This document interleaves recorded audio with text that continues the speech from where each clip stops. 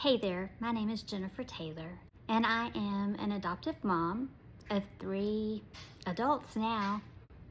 2 of them have special needs. My oldest child is 26 now, and she has fetal alcohol spectrum disorder, and she lives in a group home. My middle child is almost 23, and he has autism.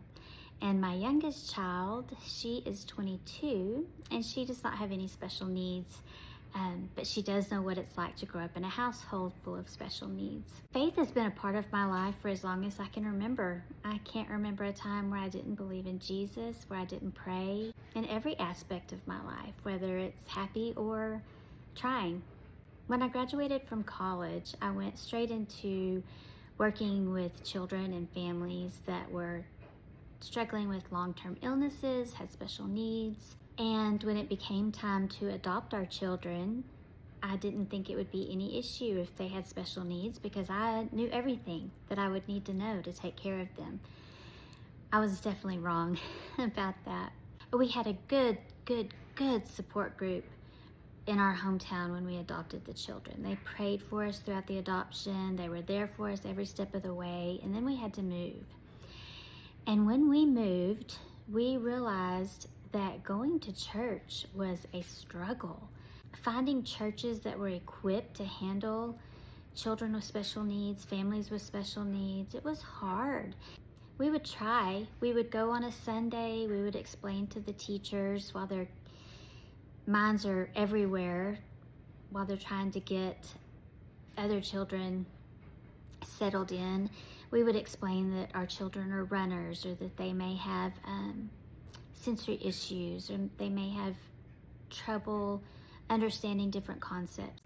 And it never failed. Our beeper would go off, or someone would come get us, and we didn't get to enjoy Sunday school. We didn't get to enjoy the sermon because we needed to be there for our children. And then it got to where we just quit trying most of the time. I can remember walking up to one of the Sunday school classrooms one time when my son was probably 4, and his hands were just plastered onto the glass like, get me out of here. It was so loud and overstimulating and overwhelming for him. I just couldn't do it any longer. Not to mention, I was so fearful of him escaping the building because he wasn't looked after. But then we were fortunate to find a church that just had this special heart, this special community for special needs families.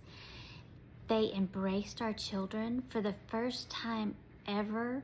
They wanted to learn more and know more. Each child was assigned an aide, whether it was an adult aide or an older youth that wanted to work with them, that would follow them around the building if they just wanted to get out and walk around. And for the first time ever, in probably 5 to 7 years, I was able to sit through a full Sunday school class and a full sermon and not worry one bit. They also offered, I believe it was one night a month, where parents' night out, I guess it was. And you could drop off the kids and you could go do something. And I could drop off the kids and we could go on a date, and it was peaceful. It was wonderful to know that our children were well looked after. Even on Wednesday nights, sometimes we would drop off the kids and just be able to go run to the grocery store, which seems like such a small task, but it's a huge task when you have one child in tow, much less 3, and children with special needs. So they are all blessings, but they need to be looked after differently than a typical child. Churches need to be well educated on that. I was also able in that particular church to lead ministries for moms of special needs, couples with special needs, and they were able to just talk with other adults that get it, that totally understood. And while we were having that time together, our kids were well taken care of, whether they were 1 or 31. It didn't matter. So it is so important to instill God in the little hearts of special needs children, of all children.